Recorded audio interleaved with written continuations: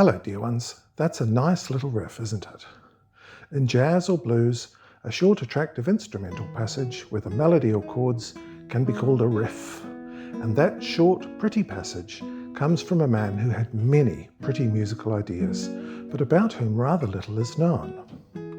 And only one of whose tunes, a very good one, has been preserved in modern hymn books. In our church's hymn book, it's called Carlisle. Let's hear it.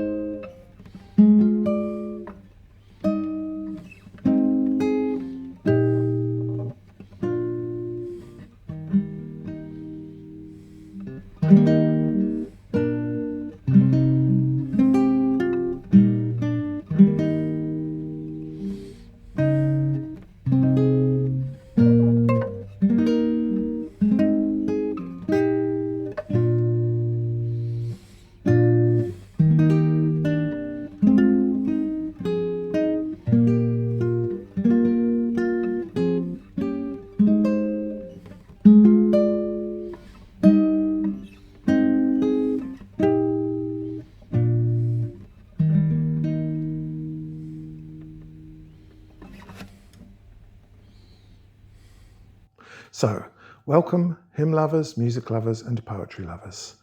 My name is Christopher Watson, and this channel is about my own personal journey of discovery of lovely classic hymns and texts, the poetry, the stories, the people behind them, and how they fit into Western musical history. The tune composer was Charles Lockhart. They call him the blind organist of the Lock Hospital Chapel, and not much is written about him. That tune these days, as noted, is called Carlisle, and in our church's hymn book, Hymns for Today's Church, it's paired with 3 different texts, including Breathe on Me, Breath of God. It was first published in 1792 and first appears in hymn books in slightly altered form from the 1880s onwards, so nearly 100 years after it was first written. It was reharmonised at least twice, with the 1917 version containing some smooth major sevenths and minor sevenths, and that's the version I first heard. I'll play his original composition in Part B and look at how it differs. With regard to this hymn series, my background is mainly in music history, which I first learned as a boy from my very knowledgeable father, and in music theory, which I learnt from years of playing jazz. Hymns are something I've come to love only in recent years. The way the research for each episode goes is that I start with a tune, a text, a composer or writer I like, and I start to ferret around on the internet, especially the database at hymnary.org and the documents on archive.org or ISLMP, a database of historical musical texts. I often never expect there to be so much of a story as there often turns out to be. Although very little seems to have been written about Charles Lockhart, the same is true for this episode. It grew. There's more to this story than I expected, mainly because of the friends that he had and the hymn book that they produced together. So this episode is partly about friends and friendships. I'd like to make an observation about historical viewpoints. For most of Western history, history was a literary genre, the purpose of which was to teach moral lessons. Despite our pretensions to the contrary, not a lot has changed, and there is always a strong temptation to look for simple lessons in the past in order perhaps to learn about the present, or just so as to win arguments about the present. So there's a strong temptation to look for simplicity in stories of the past, and this goes especially for historical figures. we do tend to look at historical figures in terms of stereotypes and caricatures. So if an artist or musician is good, but outside the mainstream, it's tempting to try and pigeonhole them as either a visionary or a naif, an unschooled but creative artist, which includes both writers and composers, who makes naive art, unspoilt by the intellectual fashions of their time. It's tempting to view Charles Lockhart in this way because he writes musical pieces that are often charming, often short, sometimes a bit raw or unpolished, and he breaks some of the rules. And in his background, one could see him not as part of the musical mainstream, but then who was? The idea of a single musical or artistic mainstream before our time is a bit of a myth. So I shall try and resist the temptation to stereotype Charles Lockhart as a naif or a visionary.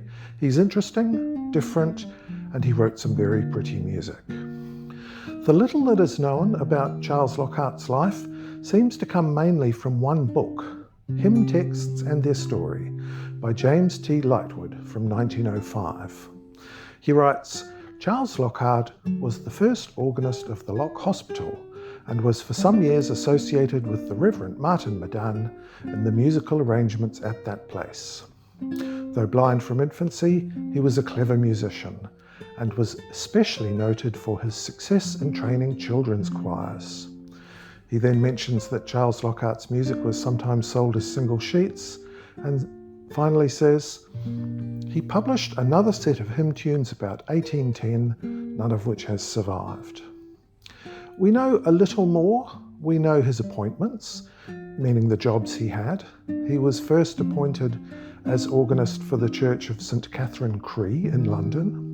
St. Catherine is the saint the Catherine wheel was named after, and Cree is a medieval contraction of Christchurch, which was a common church name before it became associated with the famous church in Oxford. He was appointed as organist in 1766, so he would have been about 22.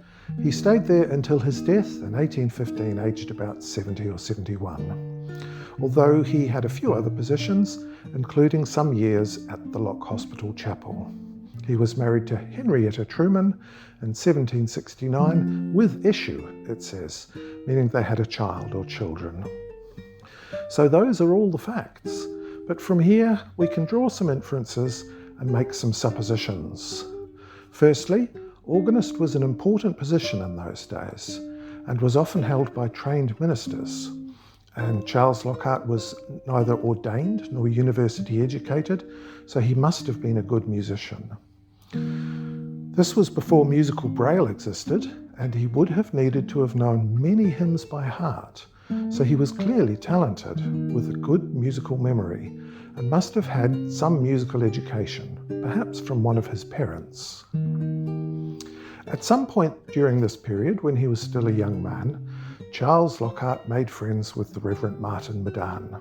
We met Martin Madan in episode 8, the episode on the hymn Lo He Comes. Rev Martin Madan was popular with hymn book editors in 19th century America, which often referred to him as Dr. Madan, a sign of respect. Charles Lockhart held positions at the Lock Hospital Chapel at different times after the first edition was published, but his longest and steadiest appointment was at the Church of St. Catherine Cree. So it would seem that Charles Lockhart and Martin Madan were friends more than just colleagues. In 1769, Dr. Madan, who was then the chaplain of the Lock Hospital Chapel, with the help of his circle of musical friends, produced a very nice hymn book or tune book. It's more of a tune book than a hymn book because the tunes are all original while the hymn texts are from elsewhere.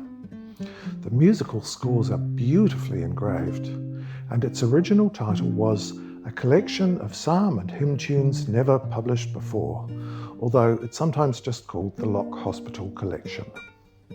There were two editions, which are both available on archive.org, in 1769 and 1792. The 1792 edition contains more hymns, but the first part of it is a reprint of the first edition. Dates of composition are not given.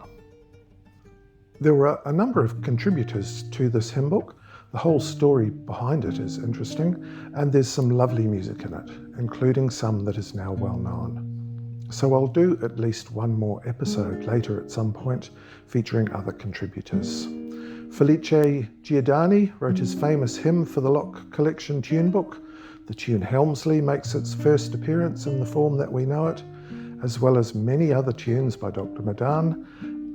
And there are tunes by other composers such as Charles Burney, William Bromfield, Matteo Vento, and Dr. Musgrave Hayington, some of whom were apparently important figures in their day. Another hugely important figure in its production, although she wasn't a contributor, was Selina Hastings, Countess of Huntingdon, or Lady Huntingdon, who was benefactress for the Lock Hospital Chapel and a generous patron of many Christian causes. It's interesting that Charles Lockhart is remembered as having trained children's choirs, because of the tunes by Charles Lockhart in the Lock Hospital collection, several are simple, sweet tunes that sound like they would suit children's choirs. Here are two of them. The first is called Whitchurch, the second Tamworth.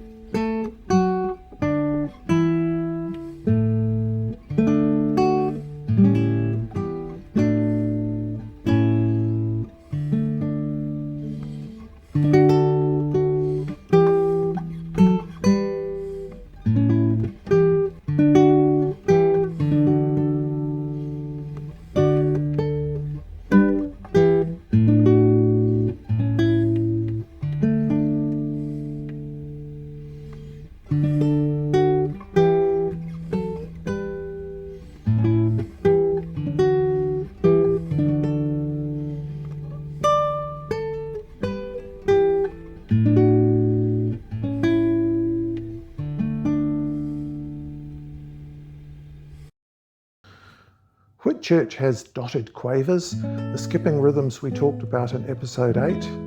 It's all major scale, or major mode, to use the technical term, with a couple of little classical chromatic flourishes. These tunes are both from the second edition in 1792. Whitchurch was paired with Lord of the Worlds Above by Isaac Watts, the great man having passed away in 1748, aged 75. Tamworth was paired with the English text of Guide Me, O Thou Great Jehovah, translated from Welsh in 1771 by Peter Williams. The Welsh by William Williams, no relation, dates to 1745. When I tread the verge of Jordan, bid my anxious fears subside. Death of deaths and hell's destruction, land me safe on Canaan's side. Songs of praises I will ever give to thee. Songs of praises indeed. The Verge of Jordan, if you don't know, is a reference to death. If you're not familiar with Christian imagery, in the Old Testament, when the Jews escaped from Egypt to Israel, the Promised Land, they crossed the River Jordan. So crossing Jordan has become a metaphor for entering heaven, the Promised Land. Tamworth is interesting as a tune because it is the first tune to appear in hymn books other than the Lock Hospital collection. It's very short, very simple, lively and cheerful. It appears in the Boston, Handel and Haydn Society Tune Book of 1832, which was mentioned in episode 7, as well as the American Vocalist Hymn Book of 1849, both of which were influential in 19th century US hymnary.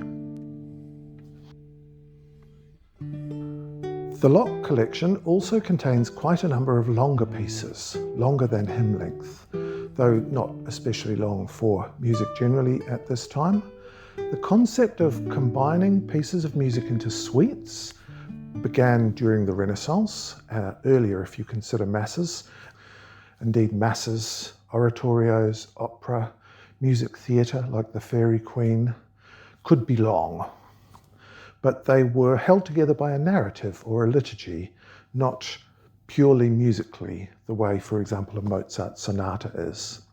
So this idea of a more unified, longer piece made of multiple movements is an 18th century development. Corelli, flawless Corelli, as Charles Avison called him, didn't invent it, but he is the great early proponent. In 1769, C.P.E. Bach was just experimenting with the symphony, which would take this idea much further. These longer forms still only amounted to 3 to 5 movements, taking 10 or 20 minutes or perhaps a little more.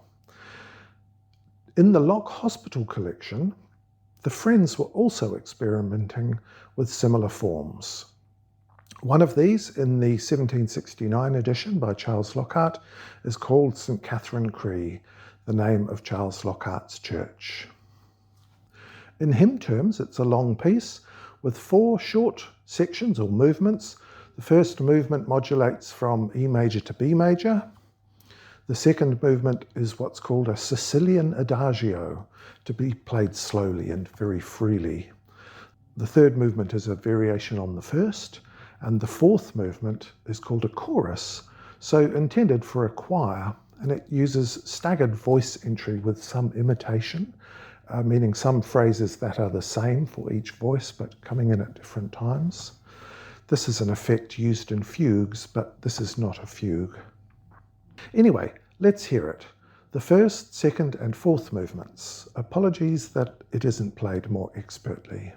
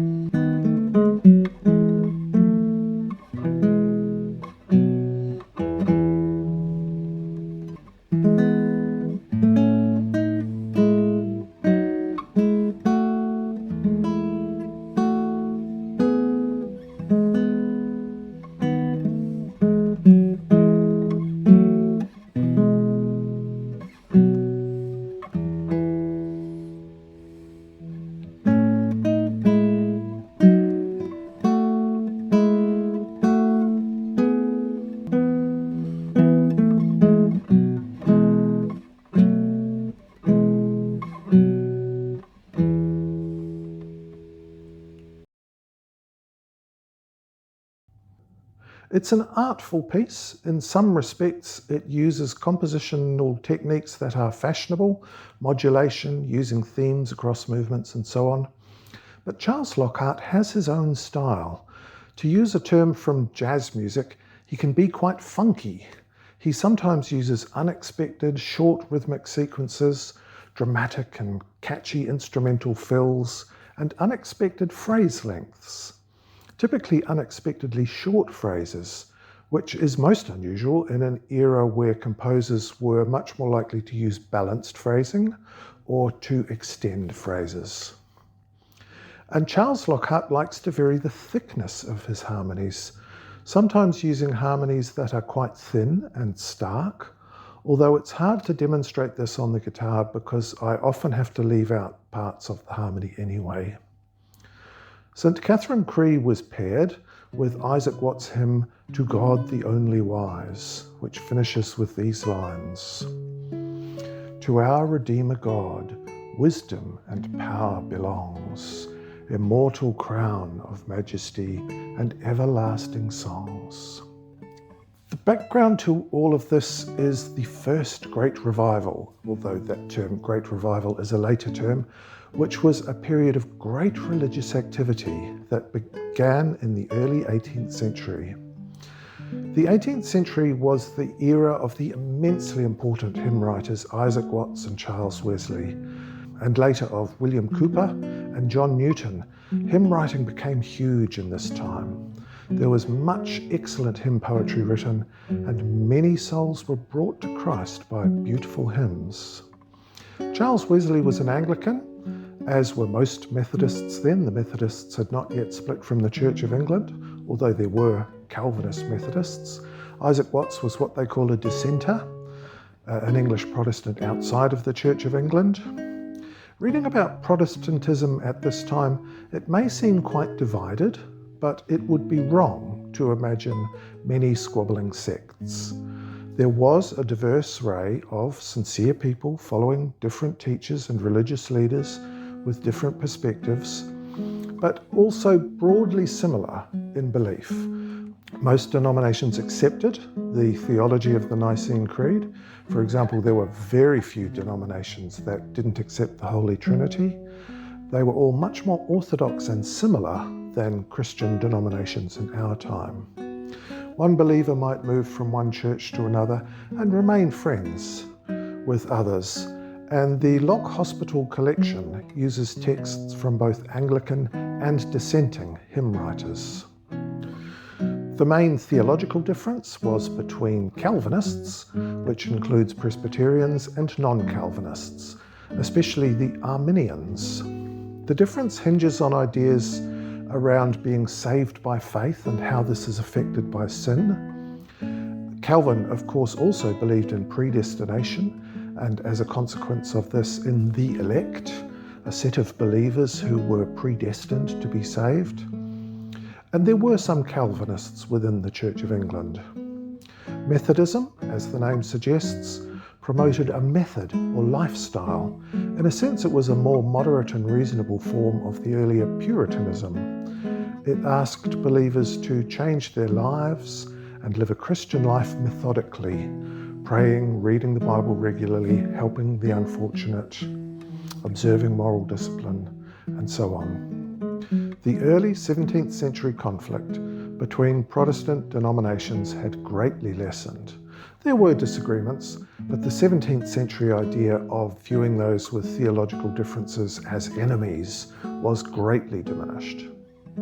Sadly, there was still hostility to Catholicism within Protestant denominations, although, as we saw from our last episode on O Sacred Head Now Wounded, first written in Germany as a Protestant hymn, Protestants were beginning to reconcile at least with medieval Catholicism. Martin Madan himself was saved after listening to the great Methodist preacher John Wesley, and he then trained as an Anglican, becoming an ordained deacon. He collaborated with Calvinist Methodists. Selina, Lady Huntingdon, the patroness of many chapels, was also an Anglican, but a financial supporter of both Anglican and dissenting congregations. Her generosity, by the way, is still at work in the world today. The Countess of Huntingdon's Connection has a website. Let's listen to another piece of Charles Lockhart's music.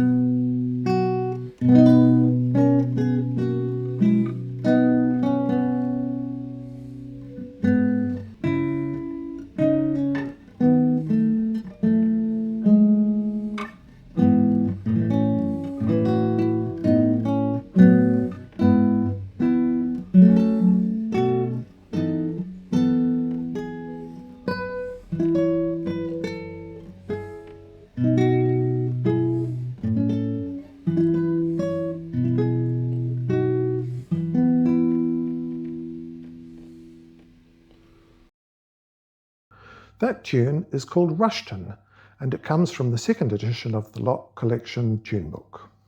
Rushton has a pretty melody and some very nice musical elements. I love this little fill here, ending on a stark major seventh, resolving up to the octave.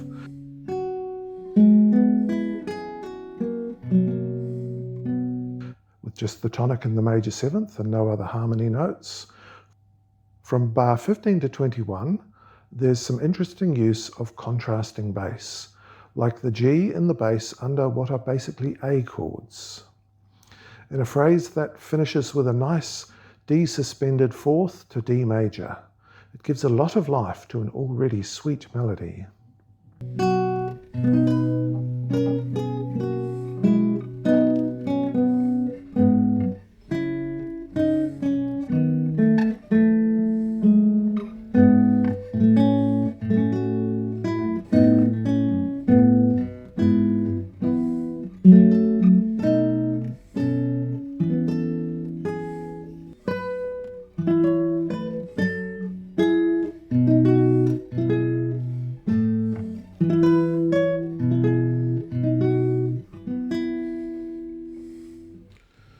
It is paired with the text, "What shall I do, my Saviour to praise?" by Charles Wesley.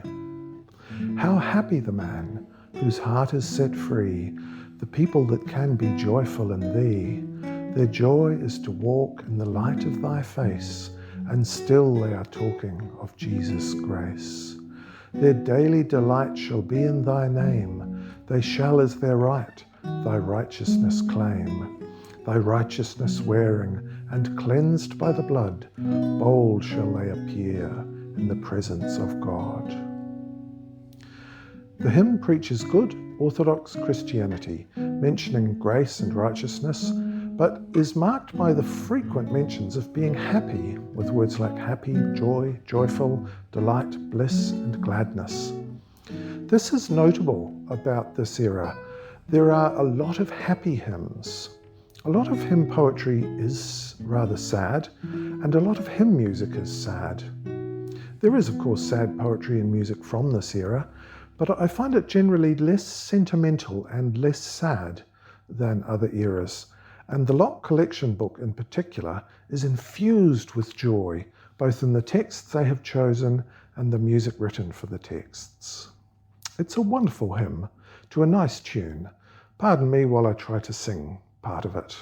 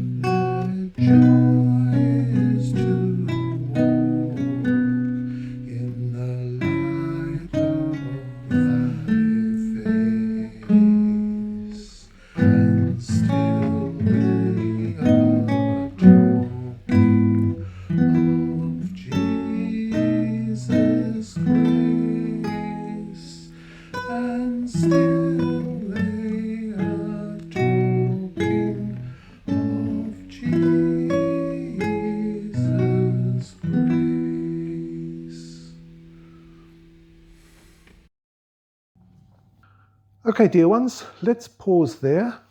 I know it's difficult when a video gets too long. In part B, we will look at a couple of other tunes, including the original version of the tune that became Carlisle. I hope you can join me.